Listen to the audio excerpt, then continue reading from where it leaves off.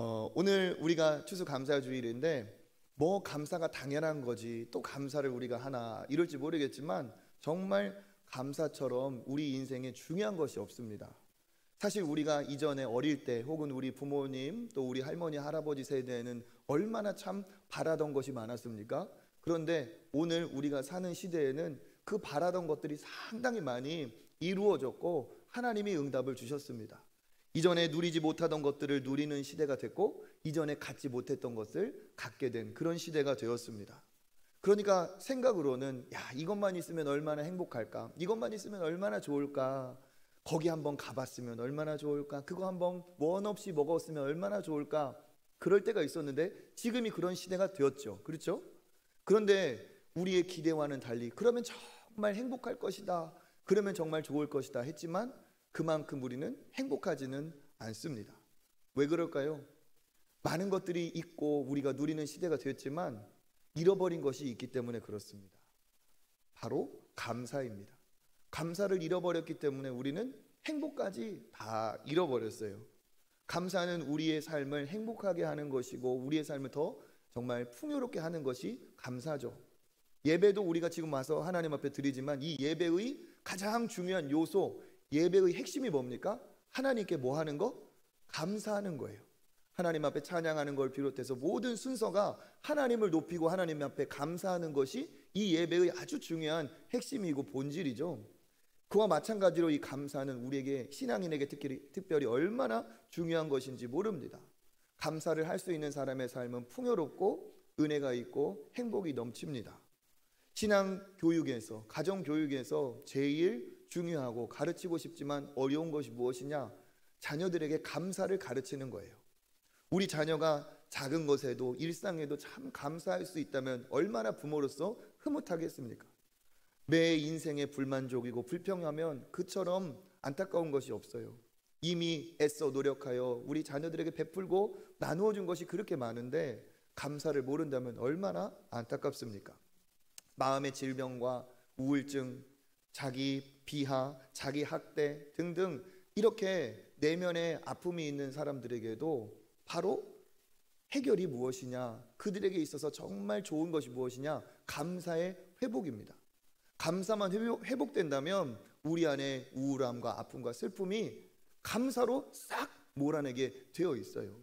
실제로 인생이 불만족스럽고 참 자기를 학대하는 그런 사람들도 감사를 깨달으면 온전히 그의 마음이 회복되는 것을 정말 많이 봅니다.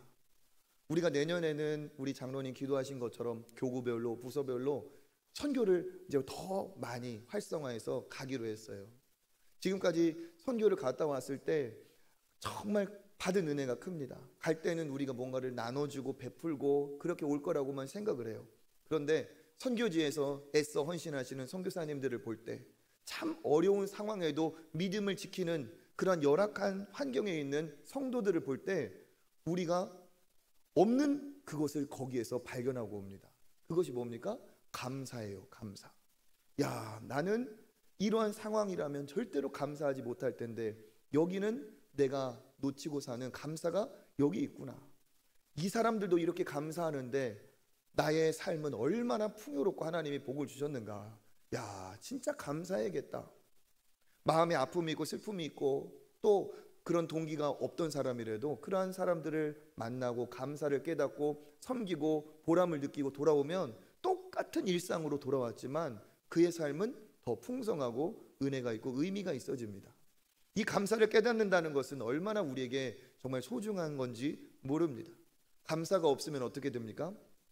감사가 없으면 감동도 없고 감격도 없어요. 인생이 그냥 밋밋할 수밖에 없어요. 그 인생은 무료함이고 권태가 찾아오고 그리고 그 인생엔 재미가 없어요. 오히려 감사가 없는 사람은 불평과 불만을 하기에 참 좋죠. 그런 사람들은 그러니까 뭡니까? 짜증도, 감사가 없는 사람은 짜증도 잘 냅니다. 짜증만 잘 내는 것이 아니라 감사가 없으니까 그냥 화도, 분노도 잘 내요. 현대인에게 있어서 감사는 무엇이 감사의 조건이냐 물어보면 돈과 연결됩니다. 내가 원하는 것을 가져야, 내가 원하는 돈을 벌어야 내가 감사할 것이다. 하지만 그 돈에 대한 감사의 뿌리를 찾고 가면 욕망이 있고 탐욕이 있습니다. 욕망과 탐욕이 뭡니까? 가진 것에 만족하지 못하는 거예요. 있는 것이 아니라 더 갖고 싶고 더 내가 원하는 거죠. 그러니까 어떻게 됩니까? 갖고 싶고 원하는 것을 추구하다 보면 만족이 없이 좀 더 갖고 싶고, 가지면 더 큰 갈증이 찾아오고, 그것이 채울 수 없는 계속 쳇바퀴 돌듯이 그런 일들이 벌어집니다. 탐욕이 있는 이 구멍난 마음을 무엇으로 채울 수 있을까요? 하나님을 떠난 그 탐욕스러운 마음은 밑빠진 독과 같습니다. 물질을 숭배하고 만모니즘의 성공 지상주의로 항상 추구하는 사람들이 따라오는 것은 비교예요. 비교. 항상 비교를 통해서 내가 무엇을 가졌는지, 내가 무엇이 부족한지, 대부분 그 비교는 감사를 찾는 비교가 아니라 없는 것을 찾고 결핍을 찾는 비교입니다. 아, 저 사람은 내가 없는 저것이 있구나. 저 사람은 내가 없는 저것을 누리고 있구나. 저 사람은 저만큼 많이 버는구나. 저 사람은 저런 차를 타는구나. 그 욕망은 계속 비교의 비교를 낳고 자기 자신을 초라하게 만들고 자기의 갖고 있는 누리는 것을 불만족스럽게 만듭니다. 그런 이 물질의 세상에 지배를 당하는 한 어떠한 사람도 만족할 수가 없죠. 어떤 사람도 거기에서 결핍이 해소될 사람이 없습니다. 그러니까 진짜 만족은 무엇인가를 우리가 갖고 무엇인가를 얻어서 얻는 감사가 아니라는 거죠. 믿음의 사람으로서 내가 이 세상 사람들과 똑같이 뭔가를 얻어서 결과물로 내가 감사를 얻어야겠다는 이 감사의 틀, 이 감사의 눈이 바뀌고 열려져야 될 줄 믿습니다. 그것을 위해서 어떻게 해야 됩니까? 이 감사에 대한 중요한 우리가 개념을 알아야 된다는 거예요. 감사는 뭔가 감사할 것이 있어야 감사하는 거지만, 감사는 무엇입니까? 감사할 대상을 먼저 찾을 때 진짜 감사가 시작된다는 거예요. 사랑도 대상이 있어야 사랑이 가능하지, 나 혼자 갖는다고 해서 그건 사랑이라고 말할 수 없죠. 감사도 감사의 대상을 제대로 알아야 진정한 감사가 시작됩니다. 그래서 오늘 우리가 읽은 시편 8편은 진짜 우리가 감사를 해야 될 그 대상이 누구이신지 선포하고 있습니다. 우리 8장 1절 같이 한번 읽어보겠습니다. 여호와 우리 주여, 주의 이름이 온 땅에 어찌 그리 아름다운지요. 주의 영광이 하늘을 덮었나이다. 아멘. 시인은 지금 감동하고 감탄하고 있어요. 어찌 그리 아름다운지요. 감동하는데 무엇 때문에 감동하고 있습니까? 여호와 우리 주여. 여호와 우리 주여. 그는 하나님으로 감탄하고 있어요. 시인은 감사의 내용보다 먼저 감사의 대상을 바로 발견한 겁니다. 우리가 감탄하고 감동해야 될 대상은 누구냐? 바로 여호와 하나님이라는 거예요. 그 하나님 안에서 우리가 진정한 감사가 시작되고 출발하는 줄 믿습니다. 아까 말씀드린 것처럼 우리가 하나님을 떠난 인간의 상태의 이 내면은 밑빠진 독과 같아가지고 무엇을 채워도 다 채워나가게 되어 있어요. 그렇기 때문에 그 밑빠진 독을 채울 수 있는 것이 돈이 됐든 사람이 됐든 성공이 됐든 없죠. 그러면 이 밑빠진 독을 채우는 방법이 어디 있습니까? 무엇으로 채울 수 없어요. 방법은 단 한 가지밖에 없습니다. 이 밑빠진 독을 큰 우물이든 큰 저수지든 큰 바다든 그 독을 어떻게 해요? 던져버리는 거예요. 그럼 어떻게 되죠? 아무리 큰 구멍이 있는 독이라 할지라도 그 항아리 가득 물이 차오르게 되어 있어요. 마찬가지로 우리의 인생은 왜 공허한가? 왜 이렇게 가져도 씁쓸한가? 내가 원하는 것을 그렇게 얻어도 허전한가? 그건 왜 그렇습니까? 채울 수 없는 공허함이 있기 때문에. 그것은 우리가 영원한 존재라는 뜻이고, 영원의 근원자 되신 하나님 앞에 나아갈 때 우리의 이 존재적인 공허함이 사라진다는 것을 의미합니다. 이 독을 큰 물에 던질 때 채워지는 것처럼 구멍난 우리의 인생이 하나님 앞에 드려질 때, 하나님을 만날 때, 우리가 그 하나님 안에 거할 때 우리에게 진정한 만족이 있는 줄 믿습니다. 유한한 것으로 그것을 막아보려고 계속하는 헛고생이 언제 끝납니까? 우리의 진짜 만족의 주님이 되신 주님을 만날 때 우리에게 만족이 와요. 미래 정도의 걱정 근심이 떠나는 것이 아니라 영원한 문제가 주 안에서 해결되는 줄 믿습니다. 그 하나님 앞에서 내가 누구인지를 제대로 깨닫게 되죠. 하나님을 대면한 그가 내가 하나님 안에서 존귀한 존재, 우연히 만들어진, 우연히 태어난 존재가 아니라 하나님의 뜻이 있는 귀한 존재라는 것을 깨달을 줄 믿습니다. 그러면서 창조주 되신 하나님 안에서 우리의 눈이 어떻게 되는 거예요? 활짝 열리는 거죠. 눈이 열려서 이 세상 역시 우연한 세상이 아니고 천지 만물이 온 하나님의 손길이 다 있기 때문에 온 땅이 어찌 그리 아름다운지요 찬양하고 감사할 수 있는 사람이 되는 줄 믿습니다. 그러니까 감사는 언제 시작합니까? 제대로 된 대상 하나님을 만날 때예요. 그 하나님을 만나서 온 땅에 하나님의 그 손길이 충만하다는 것을 깨닫는 순간, 그 전에는 세상이 그냥 어쩌다 생겨났고 우연히 생겨났다 할 때는 아무런 감동이 없었는데, 하나님이 만드셨다는 것을 믿기 시작하고 그것이 믿어지고 하나님의 창조의 숨결이 여기 있다는 것을 인정할 때 우리는 보는 것마다 감동하고 감탄할 수 있다는 사실입니다. 예를 들어서 지금 가을이 됐어요. 가을이 되면은 뭐가? 낙엽이 빨갛게, 혹은 은행나무는 노랗게 물들어요. 물들어서 어떻게 됩니까? 그 떨어지는 낙엽을 사람들이 너무 아름다워서 찾아가고 그것을 즐기죠. 그런데 한번 생각해 보세요. 그 단풍이 그렇게 예쁘게 물들어 떨어질 이유가 어디 있습니까? 우연히? 은행나무가 그렇게 샛노랗게 예쁘게 물들어 떨어질 이유가 어디 있습니까? 생물학적으로 보면 나무가 추운 겨울이 와서 이제 더 이상 필요 없는 잎사귀를 그냥 떨구는 거예요. 사람으로 말하면 일종의 배설이고 버리는 행위죠. 아무런 아름다움의 요소가 있을 필요가 없는 그 과정 속에 어떻게 그렇게 아름다운 색깔이 물들어서 온 산이 그렇게 예쁘게 타는 듯이 그렇게 마무리가 되냐는 거예요. 학자들은 이렇게 얘기할 겁니다. 거기에 있는 엽록체가 수명을 다해서 탈 때 무슨 작용으로 노란색은 나오고 무슨 작용으로 빨간색은 나오고 알겠다고요. 그런데 한 번 더 왜 그러냐는 거죠. 왜 꼭 그 색깔이어야만 하는 거예요? 여기에서 우리는 무엇을 느낍니까? 야, 너무 예쁘다. 우연이라고 하기에는. 하나님은 창세기 1장 31절에 말씀하셨어요.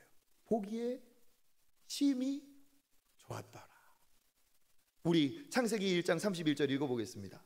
하나님이 지으신 그 모든 것을 보시니 보시기에 심히 좋았더라. 아멘.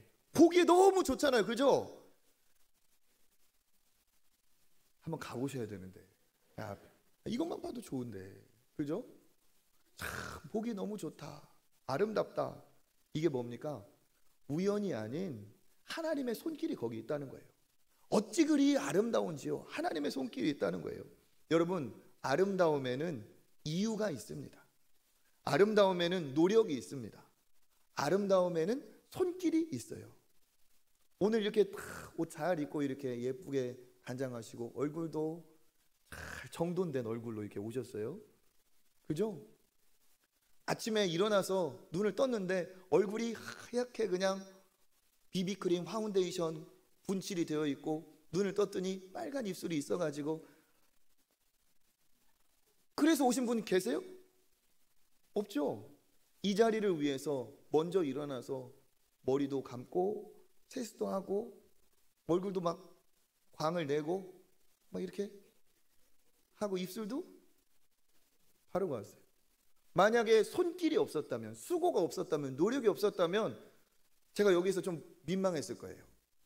여기는 뭐 새집이 지어 있고 여기는 뭐 침 흘린 자국이 있고 그러지 않겠어요? 근데 너무 다 2층 3층 아름다운 모습으로 앉아 계세요. 뭡니까? 아름다움에는 우연이 없다는 거예요.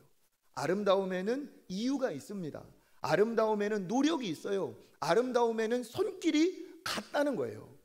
여기 있는 꽃 한 송이도, 여기 진열되어 있는 이 과일들도 누군가가 저기에 손길을, 노력을, 이유를 담았기 때문에 이렇게 정돈이 된 아름다움이 있는 거지, 아름다움에 우연이 있을 수 없습니다. 여러분, 이 과일 하나도 단면으로 딱 잘라보세요. 귤을 하나 잘라보고 키위를 잘라보고 사과를 하나 잘라보세요. 그 단면이 얼마나 질서 정연한지 중심으로 해가지고 키 같은 거 봐도 막 촘촘하게 씨앗이 박혀 있는데 만들려고 해도 이렇게 만들기 어려울 정도로 잘 질서 조화롭게 되어 있어요. 새들이 하늘을 나는데 어떻게 우리는 내비게이션이 있어야 갈 텐데 방향을 어떻게 그렇게 잡고 가는가. 특히 철새들은 어때요? 나라에서 다른 나라로 그냥 대륙을 이동하기도 해요. 어떻게 가는가. 그러니까 우리가 조금 떨어진다 무슨 세대가리 뭐 이런 거 얘기하면 안 돼요. 새는 우리가 갖지 못한 특별한 능력이 있어요. 물고기는 어떻습니까? 물고기 중에서도 여러 물고기가 특별함이 있지만 예를 들면 연어, 자기가 살던 그 바다를 떠나서 다시 거슬러 올라와요. 알을 낳았던, 자기가 태어났던, 어미가 알을 낳은 그 태어났던 그 강으로 거슬러 올라와요. 어떻게 알고 오죠? 학자들은 추측할 뿐이지 뭐 냄새를 맡고 온다 뭐라, 그건 너무 신비해서 밝혀낼 수가 없는 영역이에요. 그 물고기의 안에 있는 특별함이 있어요. 꿀벌이 날아가서 꽃을 찾습니다. 꿀을 발견하죠. 그리고 어떻게 자기 집으로 돌아와요. 신기하게. 돌아온 것만 대단한 게 아닙니다. 야, 저기 꿀이 있다. 자기 친구들한테 알려줘요. 곤충학자들은 꿀벌이 춤을 춰서 알려준대요. 팔자 형태로 춤을 추고 어떻게 춤을 추고. 여러분 춤 춰보세요. 어디로 갈지, 어디로 가야 되는지 방향이 나옵니까? 그런데 다 데리고 가가지고 그 꽃밭에서 꿀을 따서 다 데리고 와요. 그리고 그것으로 집도 짓고 알도 낳고 꿀도 만들고 신비합니다. 개미 한 마리가 발견하고 같이 힘을 합쳐가지고 큰 먹이를 들어 올려서 자기 굴을 파고 들어가는 걸 보면 기가 막히게 신기해요. 우연히 어쩌다 이러한 질서와 조화가 생겼을까요? 이 우주를 보면 더더욱 그렇습니다. 태양과 지구의 거리를 생각해 보세요.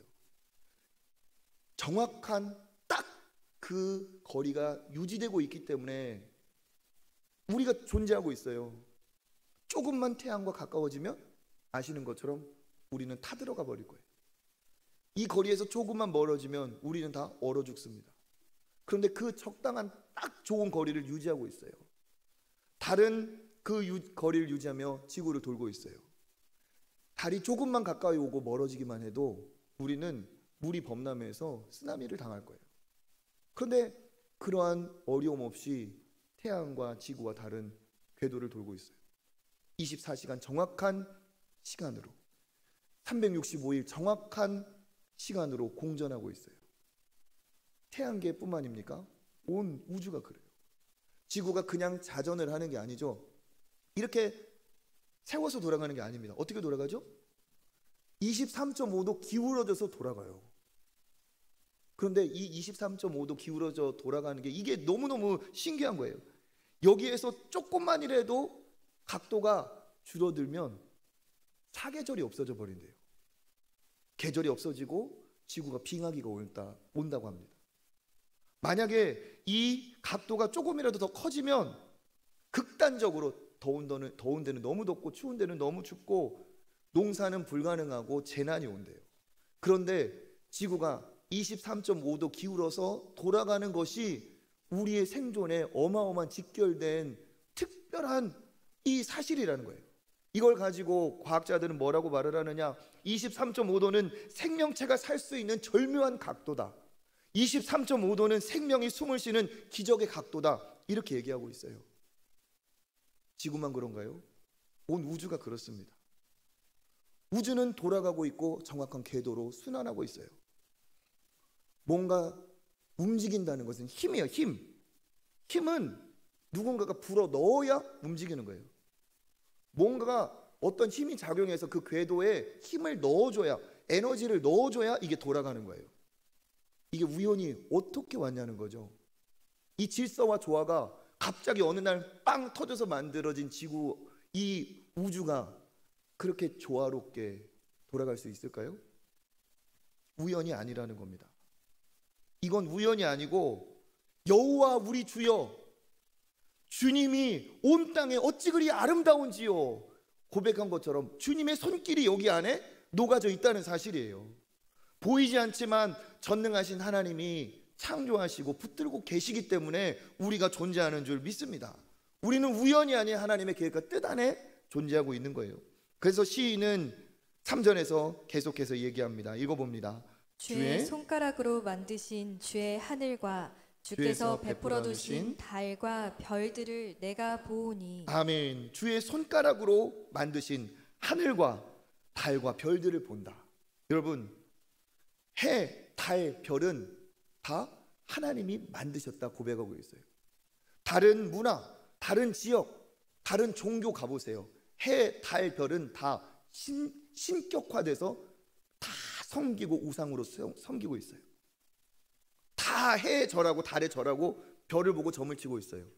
그런데 성경은 시편은 정확히 말하고 있습니다. 해, 달, 별은 모두 만들어진 것이다.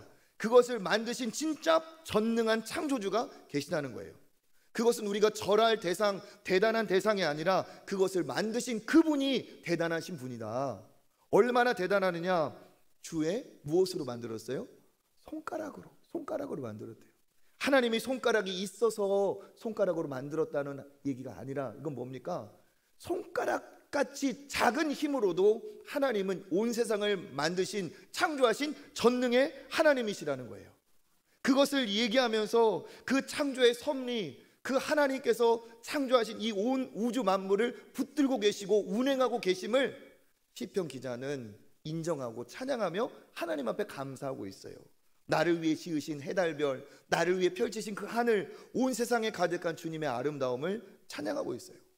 그러니까 하나님의 살아계심을 만나고 하나님의 창조를 인정한 사람은 온 세상이 뭡니까? 감사할 거리로 가득하다는 거죠. 더더욱 뭡니까? 내가 그 안에 하나님의 뜻 안에서 하나님이 지으신 존귀한 하나님의 걸작품이라는 이 사실이 우리가 더더욱 우리를 기쁘게 하는 거죠. 나도 하나님의 섭리 안에, 역사 안에, 그의 인도하심 안에 있는 의미 있는 존재다. 어쩌다 생겨난 원숭이의 후손이 아니고 하나님께서 지으신 존귀한 존재라는 사실이에요. 그래서 이 사실 안에 우리는 창조주 하나님의 전능하심을 인정하고 거기에서 안심하고 평안을 누리고 그리고 지금의 모든 상황을 초월할 수 있는 하나님의 능력 안에서 초월적인 감사를 올려드릴 수 있는 줄 믿습니다. 그래서 예수님도 말씀하셨어요. 예수님도 온 우주 만물을 보고 너희를 창조하신 그 주님을 인정하고 걱정하지 말아라. 근심하지 말아라. 공중에 나는 무엇을 보아라? 새를 보아라. 하나님이 거두시고 누가 입히시고 하지 않아도 하나님이 다 저렇게 기르시지 않냐? 들에 핀 무엇을 봐라? 백합화를 봐라. 하나님이 다 저것도 입히시고 먹이시는데 하물며 너희일까 보냐? 믿음이 적은 자들아. 내일 아궁이에 던져지는 들풀도 하나님이 이렇게 입히시는데 너희를 왜 하나님이 책임지지 않겠느냐? 염려하여 이르기를 무엇을 먹을까 마실까 입을까 하지 말라. 하늘 아버지께서 다 있어야 할 줄을 아신다. 그러니까 뭐예요? 창조의 이 놀라운 은혜 안에서 나를 이끄시고 앞으로 책임져 주실 하나님을 예수님은 바라보고 걱정하지 말라는 거예요. 천지를 만드신 하나님 앞에 감사를 올려드리면 그 하나님께서 반드시 채워주시고 인도해 주심을 그 모든 백성들에게 예수님이 말씀하셨습니다. 왜 그러느냐? 예수님이 얘기하신 것처럼 공중의 새도 들의 작은 꽃 한 송이도 지키시는데 우리는 그거보다 상대도 안 되는 어마어마한 귀한 존재라는 사실이에요. 시편 4절은 그렇게 또 얘기합니다. 읽어보겠습니다. 사람이 무엇이기에 주께서 그를 생각하시며 인자가 무엇이기에 주께서 그를 돌보시나이까. 그를 하나님보다 조금 못하게 하시며 영화와 존귀로 관을 씌우셨나이다. 아멘. 그래서 여기에 사람을 얘기하는 사람, 우리, 나 천지 만물을 지으신 하나님을 인정하면서 자기 자신을 바라보는 거죠. 아, 사람이 무엇이간데 나를 하나님께서 이렇게 생각해 주시고 내가 무엇이길래 나를 이렇게 돌봐주십니까? 우리는 시시한 존재가 아니라 하나님 앞에 이렇게 돌봄을 받는 하나님께서 생각하시는 존재인 줄 믿습니다. 우리에게는 그래서 모든 만물이 갖지 못한 특별한 은혜를 주셨어요. 여기 있는 것처럼 하나님보다 조금 못하게 하셨다. 이거는 세상에서 열등한 존재로 창조하셨다는 얘기가 아니죠. 오히려 더 중요한 얘기입니다. 오히려 너희는 하나님과 비교할 정도로 그렇게 대단하고 존귀한 존재라는 거예요. 그런 존재이기 때문에 하나님께서 뭐를 주셨다고요? 영화와 존귀로 관을 씌워주셨다. 이 관은 뭐죠? 왕관이에요. 왕관. 그러니까 너희는 하나님께서 존귀하게 창조하신 보배로운 자이기 때문에 하나님께서 너희에게 영광스럽고 존귀한 왕관을 씌워주셨다. 너희는 그러니까 뭐다? 하나님의 자녀다. 너희는 왕관을 쓴 왕족이다. 하나님 앞에 택함받은 하나님의 왕의 자녀다. 이게 바로 우리라는 거예요. 그러니까 하나님은 우리에게 이러한 놀라운 특별한 은혜를 주시고 주신 왕권을 행사할 수 있도록 권세도 주셨어요. 6절 읽어보겠습니다. 주의 손으로 만드신 것을 다스리게 하시고 만물을 그의 발 아래 두셨으니. 아멘. 주의 손으로 만드신 것을 우리에게 어떻게 하셨다고요? 다스리게 하셨다는 거예요. 만물을 다스릴 권세를 영광과 존귀로 관을 씌운 우리에게만 주셨어요. 우리에게만 다스릴 수 있는 권세를 주시고 만물을 그 발 아래에 두셨다. 무슨 말입니까? 모든 만물을 우리보다 밑에 두심으로 우리에게 통치할 수 있는 권세를 주셨다는 거예요. 그러니까 우리가 이 온 세상을 맡아서 다스리고 있다는 것은 어쩌다 우리가 인간이 그냥 그 진화의 여러 가지 경쟁을 뚫고 올라와서 여기까지 온 게 아니라 처음부터 하나님께서 왕 같은 권세로 우리에게 다스릴 권세를 주셨다는 뜻입니다. 진화로 된 것이 아니고 우연히 된 것이 아니라는 거예요. 여러분 조금만 생각해 보면 이 말이 맞다는 것을 인정할 수밖에 없어요. 우리가 어쩌다가 그냥 여기까지 와서 이 세상을 다스리는 그런 위치에 올랐다. 진화로는 얘기하고 그런 얘기에 사람들을 세뇌시키고 있습니다. 그런데 상식적으로만 생각해도 하나님의 말씀이 진리라는 걸 알 수 있어요. 인간이 다스리는 게 과연 우연일까? 여러분 한번 생각해 보세요. 아이가 태어나서 사람이 태어나서 자기 발로 걷기까지 몇 달이 걸립니까? 얼마나 걸립니까?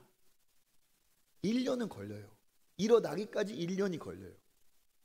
여러분 보세요. 송아지, 망아지 뭐 이러기죠. 송아지, 망아지 막 배에서 나오는 강아지, 이 아재들 말고 아지들 태어나자마자 어때요? 태어나자마자 일어나서 막 다니고 엄마 젖 빨고 다 해요. 뛰어다녀. 근데 인간이 태어나서 걷기까지 1년 걸려요. 그러면 보세요. 개가 개 노릇하고 말이 말 노릇하는데 금방이에요. 근데 보세요. 사람이 사람 노릇하는데, 사람이 사람 구실하는데 몇 년 걸립니까? 사람이 그래 사람 구실 좀 하는구나 몇 년 걸려요? 한 10년 키우면 됩니까? 대부분 아니라네. 한 20년은 키워야 그래도 좀 앞가림 좀 합니까? 아이고 아니요. 사람이 그렇게 연약한 존재예요. 일어나서 걷는 것까지도 1년이고 자기가 사람 노릇 한다는 거, 사람 구실하는 것도 이렇게 오래 걸려요. 끊임없는 보살핌이 필요하고 사람에게는 특별한 능력이 없어요. 사람이 이빨이 있습니까? 아니면은 큰 발톱이 있습니까? 날개가 있습니까? 큰 힘이 있어서 막 점프를 어마어마하게 합니까? 달리기를 잘합니까? 털이 덥수룩하고 가죽이 질겨서 야생에서 들에서 살아남을 수 있습니까? 진짜 연약한 존재예요. 그러니까 점점 우리 머리가 똑똑해져서 여기까지 왔다면 그거는 우리는 그렇게 될 수 있는 존재가 아니고, 만약에 멍청했는데 점점점 똑똑해져서 여기까지 왔다면 그거는 틀린 거고, 멍청했기 때문에 바로 멸종, 바로 도태될 존재예요. 사람은 오늘 말씀처럼 하나님께서 영광과 존귀로 관을 씌워주신 원래부터 똑똑한 하나님의 형상을 받은 원래부터 똑똑한 존재였기 때문에 처음부터 통치의 자리에 오른 줄 믿습니다. 원래부터 하나님이 주신 은혜예요. 그런데 인간은 어떠냐? 점점점 똑똑해진 존재가 아니라 죄로 인해서 하나님으로부터 분리가 되며 오히려 망가져 버렸죠. 하나님으로부터 분리가 되고 죄로 망가진 인간은 그때부터 어떻습니까? 사탄의 종노릇을 해요. 자기가 자기 인생의 왕노릇을 합니다. 하나님 없다, 내가 왕이다. 마치 뭐처럼? 고아처럼 살아요. 그러니까 하나님 없는 이 세상은 고아들의 세상과 정말 비슷합니다. 하나님을 만나지 못했기 때문에, 아버지가 없다고 하는 고아들, 만나지 못했기 때문에 존재하지도 않는다는 고아들, 고아들의 세상. 고아들의 특징이 뭡니까? 안식이 없어요. 진정한 만족과 부모의 품을 경험해 보지 못했기 때문에 고아들은 안식이 없고 평안이 없고 감사가 없어요. 그러니까 어떻습니까? 힘을 기르는 거죠. 돈이 있어야 돼, 성공이 있어야 돼, 배워야 돼. 그렇지만 아무리 돈을 갖고 배우고 성공해도 그 마음은 여전히 허전하고 씁쓸합니다. 왜 그럴까요? 고아니까 그래요. 고아니까. 고아들은 갈 집이 없습니다. 영원한 집이 없어요. 그러니까 고아들은 사는 동안이라도 집을 마련하고 사는 동안이라도 늙어서를 그렇게 대책을 세우죠. 고아가 없는, 아버지가 없는 고아들은 불안합니다. 무엇인가 기대할 것이 필요해요. 사람을 집착하고 돈에 집착하고 권세에 집착합니다. 고아가 제일 비참할 때는 언제입니까? 집에 들어가야 될 시각, 밤이 됐을 때예요. 밤이 돼도 갈 곳이 없으면 고아는 비참한 거죠. 마찬가지로 하나님을 떠난 인간은 마지막 때 저무는 밤이 다가와요. 죽음이죠. 그 죽음의 밤 앞에 고아인 아버지를 만나지 못한 모든 인생은 비참한 결과밖에 없습니다. 그러니까 진정한 행복은, 진정한 만족은 어디서부터 온다는 겁니까? 소유하고 갖고 내가 원하는 것이 이루어져서 만족이 아니고 영원한 우리의 만족이 되시는 하나님 안에서 우리가 진정한 감사를 누리게 될 줄 믿습니다. 그러니까 우리는 속으면 안 돼요. 속으면 안 돼요. 현혹돼서는 안 됩니다. 사탄은 계속 우리를 불평하게 만들고 불만을 갖게 해서 소유 때문에 우리가 감사해야 되고, 뭔가 돈으로 우리는 감사할 존재라고 계속 세뇌를 시켜요. 저것이 있어서, 너는 저것이 있어야 행복할 거야. 넌 저것이 없기 때문에 감사가 없는 거야.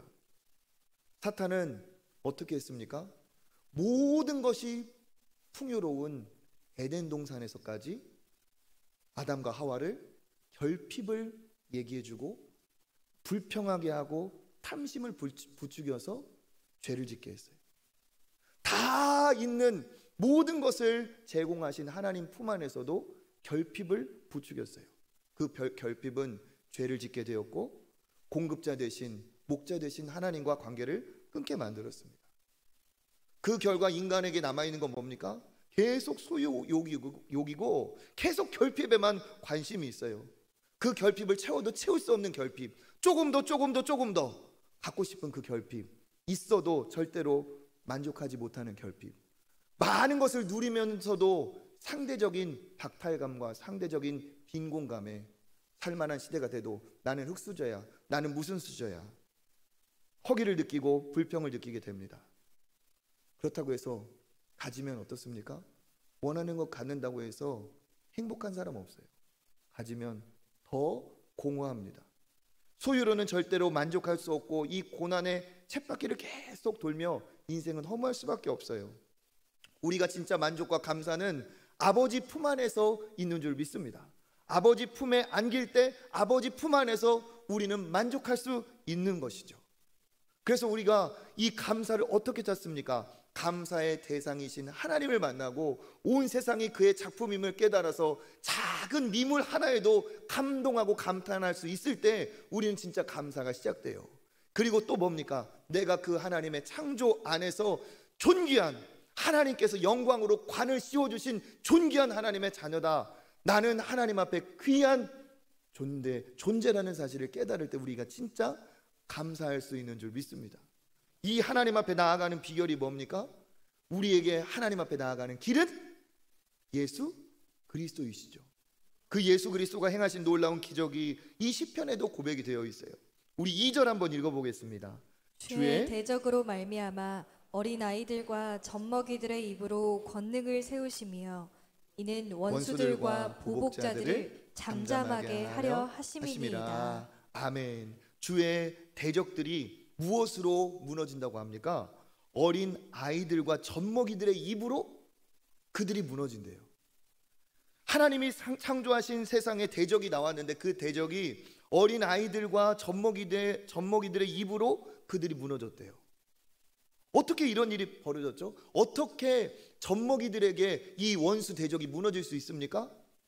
하나님과 우리 사이를 갈라놓은 그 죄와 사망, 이 사탄의 권세를 이기게 우리에게 길의 역할을 해주시기 위해서 우리를 위해 젖먹이로 오신 분이 계세요. 우리를 위해 아기로 오신 분이 계시죠. 그분이 누구입니까? 예수 그리스도예요. 예수 그리스도가 우리를 위해 젖먹이로 오셔서 아기로 오셔서 그가 우리를 위해 십자가에서 모든 죄와 사망, 모든 우리가 담당해야 될 대가를 십자가에서 짊어지시고 사탄 마귀를 이기고 승리하시고 죽음을 이기고 승리하셨기 때문에 그 젖먹이로 오신 예수 안에서 진짜 젖먹이들조차 복을 받는 은혜가 있는 줄 믿습니다. 그러니까 최고의 감사는 뭡니까? 예수 그리스도로 인하여 젖먹이들조차 영원한 구원을 얻고 영생의 복을 받은 것이 진정한 축복인 줄 믿습니다. 이 세상에서 우리가 예수 그리스도로 인해 얻은 것이 무엇입니까? 아버지를 만나고 예수 그리스도로 인해서 영원한 구원을 얻고 영생을 얻은 줄 믿습니다. 그러니까 영원을 감사할 수 있고 영원의 문제가 해결된 우리가 일상의 범사에서도 어떻습니까? 그것은 넉넉하게 감사할 수 있는 것이죠. 그래서 사도 바울은 데살로니가전서 5장 18절에 얘기합니다. 범사에 감사하라. 이것이 그리스도 예수 안에서 너희를 향하신 하나님의 뜻이니라. 아멘. 무엇에 감사하라? 범사에 감사하라. 왜? 모든 것이 하나님이 창조하시고 주관하시는 거니까. 왜? 너는 이미 영원의 문제가 해결된 하나님의 존귀한 자녀이니까 범사에 감사하라.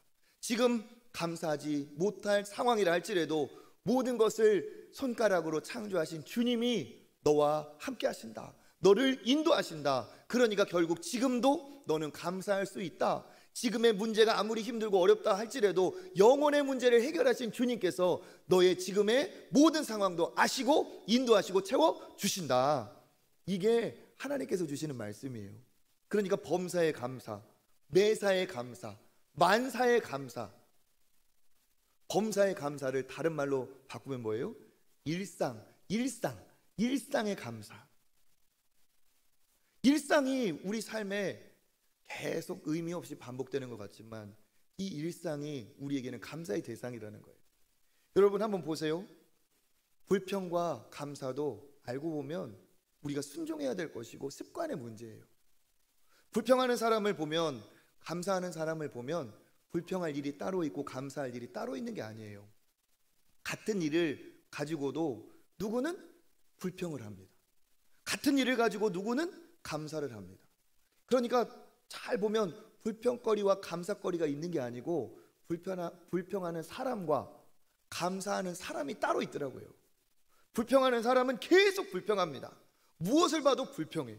저거는 저래서 안 좋고 저거는 이래서 안 좋고 원망하고 계속 시비를 걸어요. 작은 흠도 크게 항상 생각을 해요. 불평이 습관이 되다 보니까 작은 문제 하나를 가지고도 다 문제라고 얘기를 해요. 불평을 잘하는 사람들은 기가 막히게 불평거리를 찾아내는 기술이 있어요. 아주 10가지 중에 9가지가 너무 감사할 건데 한 가지 마음에 안 드는 것이 있다 하면은 불평이 습관이 된 사람은 어떻게 해요? 야, 그게 전부가 아니야. 저거 봐, 저거 큰 문제다. 큰 문제. 저것 때문에 안 된다. 저거는 항상 그런다. 저런 식이다. 기가 막히게 불평거리를 찾아내요. 어떻게 그렇게 시비를 잘 거는지 몰라요. 다 좋다 하는데 딴지를 걸어요. 그런데 그 문제만 유독 탁월하게 안목이 있어서 그런 사람도 있겠지만 매사가 그런 사람이 태반이에요. 감사한 사람을 보면 어떻습니까? 감사하지 못할 상황에도, 감사가 어려운 상황에도 어때요? 그 사람은 감사를 해요. 다른 사람이 다 어렵다 힘들다 해도 아니다, 이걸 보니까 너무 감사하다 얘기를 합니다. 그러니까 감사하는 사람은 그냥 감사 그 자체인 거야. 매사가 감사해요. 매사가 감사해요. 우리 자녀들이나 우리 학생들 보면 그렇습니다. 다 잘할 수 없죠. 완벽할 수 있는 사람이 어디 있어요? 그런데 어느 때 이 아이가 달라지고 어느 때 우리 자녀가 변화되나 한번 보세요. 너는 이거 진짜 문제야, 이거 고쳐야 돼, 이것 때문에 안 돼, 너는 정말, 이렇게 할 때 애가 달라질까? 아니면 그것이 아니라 노력하고 있는 것, 열심히 하고 있는 것, 잘하고 있는 것을 알아줄 때 달라질까요? 너는 이거 참 좋다, 너는 이거 정말 잘하더라. 교회 학교에 오는 애들도 10가지 중에 9가지가 마음에 안 들어. 근데 그 한 가지를 선생님이 칭찬해 줘보세요. 교회에 이렇게 올 때, 야, 너는 교회 올 때마다 항상 웃고 와가지고 얼마나 보기 좋은지 모르겠다, 너는 잘 될 거야. 선생님이 그렇게 얘기하면 걔가 어떻게 해요? 이제 올 때만 웃고 오는 게 아니라 선생님 볼 때마다 웃어요. 선생님이 칭찬해 주니까 볼 때마다 웃어요. 그리고 어떻게 돼요? 그것만 웃는 게 아니에요. 아, 이거 하니까 선생님이 좋아하네, 이거 하니까 진짜 감사하네 하면서 한 가지가 2가지가 되고 3가지가 되고 그가 감사할 것이 넘쳐요. 감사하는 사람에게 더 좋은 감사가 찾아오는 사실입니다. 여러분, 뭘 감사해야 됩니까? 감사하려면 감사할 게 있어야 감사하지 얘기해요. 그럼 뭐가 감사해요? 교통사고가 빵 났는데 차가 폐차할 정도로 다 찌그러졌는데 내가 무사했다, 감사하죠. 큰 병인 줄 알고 정말 벌벌 떨면서 갔는데 아유, 약 먹으면 좋아질 거라, 감사하죠. 근데 이런 것만 감사합니까? 그러면 아무런 어려움도 없는 일상은 어때요? 감사하지 않아요? 꼭 이런 일을 겪어야 감사합니까? 오히려 아무것도 일어나지 않은 일상, 아무것도 생기지 않은 일상, 그런데 그 일상에 더 큰 감사가 있다는 거예요. 하나님이 나를 지켜주시고 하나님이 나와 함께 하시고 하나님이 나를 보호해 주셨기 때문에 그 일상이 유지가 되고 있다는 사실이에요. 저는 오늘 말씀을 준비하면서 참 이 범사, 평소에 온 천지 만물을 보면서 감사할 수 있다는 게 얼마나 정말 귀한 것인지 다시 한번 깨닫습니다. 제가 가만히 생각해 보니까 기적에 기적이 모이고 기적에 기적이 모이면 그게 일상이 되더라고요. 당연한 게 일상이 아니고 기적에 기적이 모여서 일상이에요. 내 코로 숨 쉬는 것 일상이죠. 그런데 여러분 생각해 보세요. 내 코로 숨이 잘 안 쉬어진다.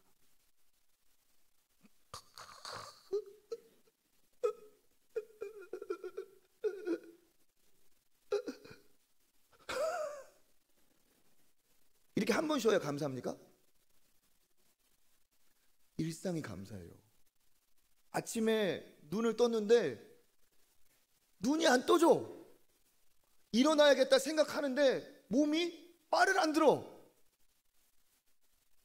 일어나서 내 손으로 물 한 모금 떠먹을 수 없는 힘이 다 빠졌어. 내 다리로 화장실을 갈 수 없어. 그런데 오늘 아침에 어땠어요? 눈 떠서 물 마시고 화장실 가고 밥 먹고 왔어요. 당연합니까? 기적과 같은 하나님의 은혜와 축복이 모이고 모여서 하나만 삐끗해도 내 인생이 와르르 무너지는데 그 모든 것이 다 하나님의 은혜 가운데 아무 일 없이 지켜주시고 기적과 같은 기적이 일어나서 오늘 여기에 우리가 있는 줄 믿습니다. 지난주에 만나고 이번 주에 만난 거 이건 보통 일이 아니에요. 기적이에요. 기적이에요. 일주일 동안 사는 동안 얼마나 우리의 삶이 치명적인 위기와 어려움의 요소들이 많았습니까?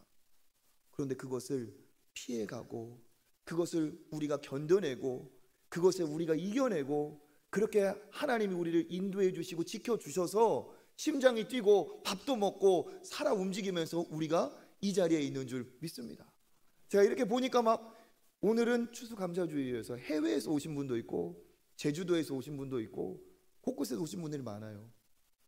당연히 왔을까요? 기적이에요, 기적. 내가 살아있다는 게 기적이에요. 뭐가 완벽해서 우리가 감사하고 완벽해서 하나님 앞에 영광 돌릴 수 있는 게 아니라 부족하고 연약해도 감사할 것은 훨씬 더 많다는 거예요. 우리 교회 생각할 때 여러분 감사하시죠? 네, 감사할 게 얼마나 많습니까? 완벽해서 감사합니까? 아니에요. 우리 교회도 부족함이 있고 연약함이 있고 고칠 것이 있어요. 그렇지만 그것 때문에 안 되고 그것이 문제라고 하면, 그것이 불평이 되면 거기는 더 힘들어지는 거예요. 그런데 우리 교회는 이래서 좋다, 저래서 좋다, 이게 기대가 된다. 이게 진짜 더 큰 복을 받는 비결이죠. 여러분, 제가 완벽하지 않아요. 제 외모 완벽하다고 보십니까? 너무 부러워하지 마세요. 저도 흠이 있어요. 감사합니다.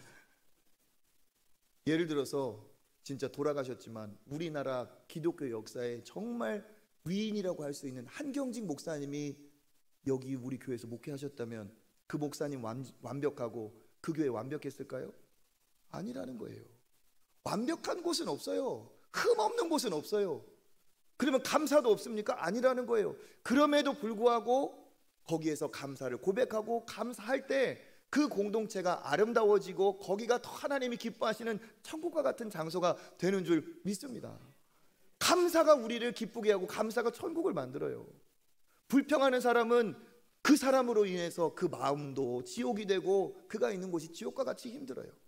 그런데 감사하는 사람은 모든 자기의 마음을 감사로 만들고 그 주변을 감사로 만드는 사람, 그 사람 때문에 천국이 임해요.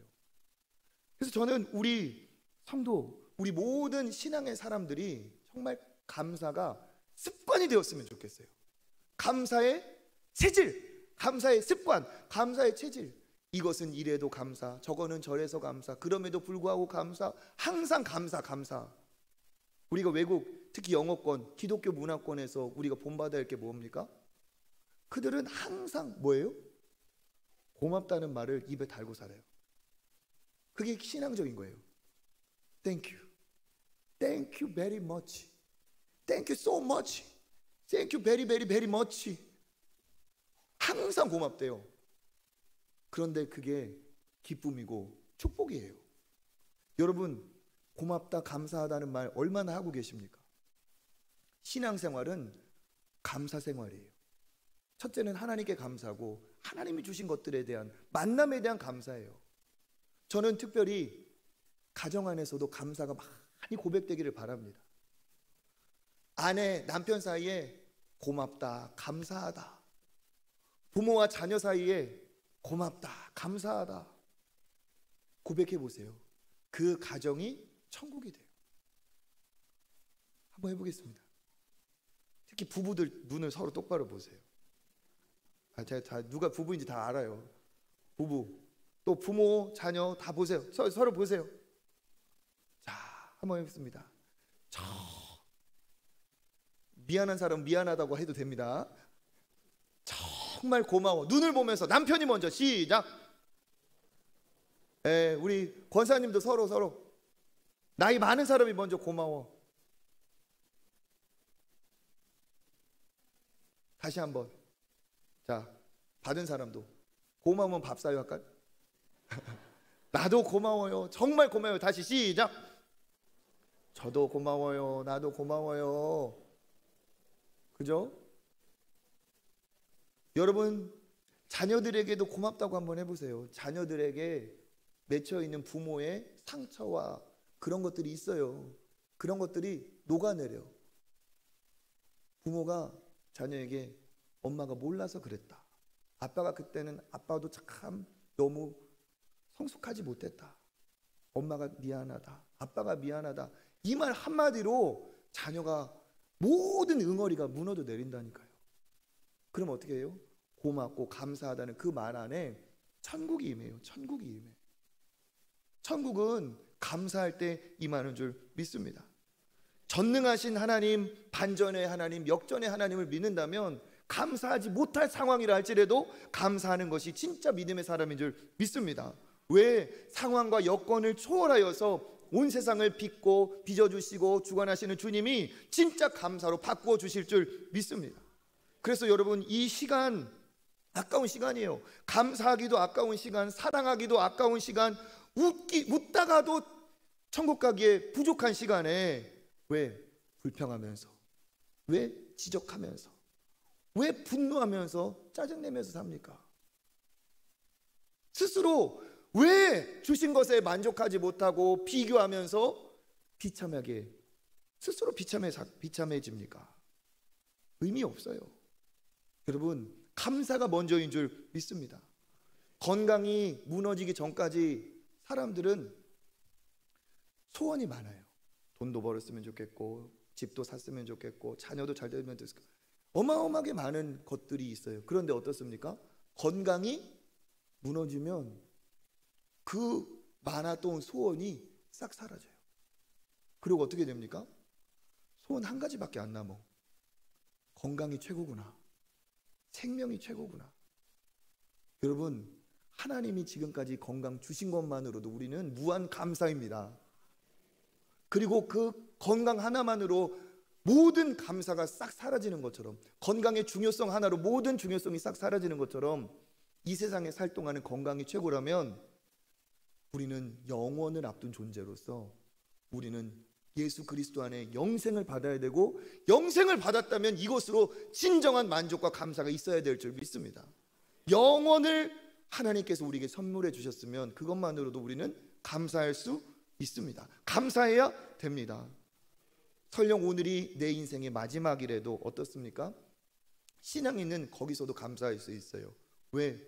이미 나에게 영생을 주셨으니까 감사하고, 내가 오늘 이 세상을 떠난다 할지라도 더 못 살아서 불평이 아니라 10년을 살았건 50년 70년을 살았건 오늘까지 살아 하나님께서 살다 남게 해주신 것이 감사하지 않아요? 오늘까지 살게 해주신 것이 감사하지 않아요? 그리고 더 감사한 게 뭡니까? 잠시의 이별이지만 우리는 반드시 영원히 만날 것을 믿기 때문에 감사해요. 자녀들에게 뭐가 이루어져야 여러분 감사하시겠습니까? 그냥 살아있다는 것만으로도 감사할 수 있어요. 요구하지 않아도 존귀한 우리 자녀들 감사할 때 우리 자녀에게 하나님께서 더 큰 감사를 주실 줄 믿습니다. 하나님은 누구에게 복을 주시느냐? 하나님은 감사하는 자에게 복을 주세요. 우리도 주머니에서 100원짜리, 1000원짜리, 만원짜리 누구에게 용돈 줄 때 아이가 사탕 하나라도 받았을 때 받고 헤헤 가버려. 그러면 어때요? 또 주고 싶어요? 아이고 버릇이 없네. 아이고 이거 버릇을 고쳐야겠네. 다음에 주면 다음에는 내가 이거 안 줘야겠네. 이런 생각이 들잖아요. 그런데 사탕 하나를 받고서도 좋아가지고 막 좋아가지고 신나서 고맙다고 막 앞에서 하면 어때요? 또 주고 싶어. 다음에 더 주고 싶어요. 하나님이 주신 이 많은 은혜 중에 아유 이것이 없어서 슬프고 저것이 없어서 짜증나고 이것이 없어서 그냥 불만이고 그렇다면 하나님이 그래 미안하다 더 줄게 그러실까요?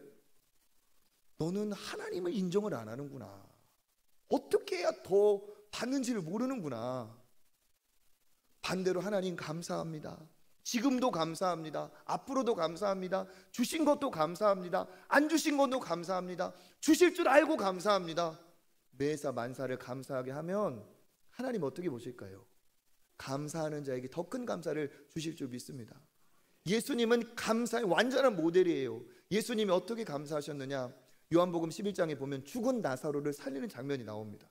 그런데 죽은 나사로를 살릴 때 하나님 앞에 기도하는데 무슨 기도하셨는 줄 알아요? 감사기도 했어요. 감사기도. 한번 읽어보겠습니다. 돌을 옮겨놓으니 예수께서 눈을 들어 우러러보시고 이르시되 아버지여 내 말을 들으신 것을 감사하나이다. 아멘. 지금 죽은 나사로를 살리기 전에 기도하셨어요. 그런데 하나님께 드린 예수님의 기도는 뭡니까? 내 말을 들으신 것을 감사했대요. 하나님의 존재를 감사하고, 내가 기도할 수 있어서 감사하고, 내 기도를 들어주셔서 감사하고, 지금 나사로가 살아나온 것이 아닌데 살아날 것을 믿고 그 전에 먼저 감사한 거예요. 그때 어떻게 됩니까? 나사로야 나오라 할 때 나사로가 살아났어요. 죽은 사람도 살리는 기적이 감사의 기도인 줄 믿습니다. 예수님이 오병이어로 그 작은 아기의 도시락으로 5천 명을 먹일 때 그 아이의 도시락을 가지고 축사하셨다고 했어요. 축사의 뜻은 하나님 앞에 감사하며 영광을 돌린다는 뜻이에요. 그 작은 아이의 도시락을 가지고도 감사하며 하나님 앞에 영광을 돌릴 때 떡을 쌓아두고 빵을 쌓아두고 감사한 게 아니라 그 작은 도시락을 가지고도 감사할 때 그 오병이어의 기적이 5천 명에게 임하는 축복이 있었습니다. 받아야 감사하고가 아니고, 이루어야 감사하고가 아니고, 하나님의 존재로 감사하고, 없어도 감사할 때 하나님은 이와 같은 은혜를 주실 줄 믿습니다. 그러니까 불평은 하면 할수록 손해, 불만, 불평, 비판, 부정적인 말은 하면 할수록 손해고요, 감사와 믿음의 말, 축복의 말, 하나님 앞에 영광을 돌리는 찬양은 하면 할수록 축복입니다. 그래서 여러분 생각해 보세요. 예배도 아까 감사라고 했죠. 신앙생활도 감사생활이에요. 신앙생활이 뭐라고요? 감사생활. 예배의 본질도 감사고, 기적도 감사로 이루어집니다. 행복의 문도, 천국의 문도 무엇으로 열립니까? 감사로 열려요. 감사할 때 행복합니다. 그래서 우리는 믿음의 사람으로서 감사의 습관이 되고 감사의 체질이 되어야 됩니다. 일상이 감사예요. 일상이 감사. 그래서 여러분 꼭 기억하세요. 기적이 모이고, 기적이 모이면 뭐가 된다고요? 일상이 되는 거예요. 기적처럼 여러분 하나님 앞에 감사하는 여러분 되기를 바랍니다. 감사가 사라진 시대에 우리는 더 가족에게, 교회에, 또 서로에게 감사했으면 좋겠어요. 그래서 오늘 우리 주보에 감사 엽서 만들었어요. 그죠? 이거 한 장 이상 꼭 누구에겐가 감사를 표현하시길 바랍니다. 우리 목자님들은 사랑방 할 때 다 챙겨가세요. 혹시 빼먹은 사람 있나? 혹시 내가 써주고 감사를 표현할 사람 있나? 가지고 가세요. 엘리베이터 옆에 또 쟁여놨어요. 감사를 많이 하라고 감사 우체통 큰 거 갖다 놨어요. 없어지면 또 갖다 찍었다 놓을 거예요. 11월 내내 우리가 감사하고 감사하는 여러분 되시길 바랍니다. 감사로 하나님의 복을 받는 저와 여러분 되시기를 주님의 이름으로 축복합니다.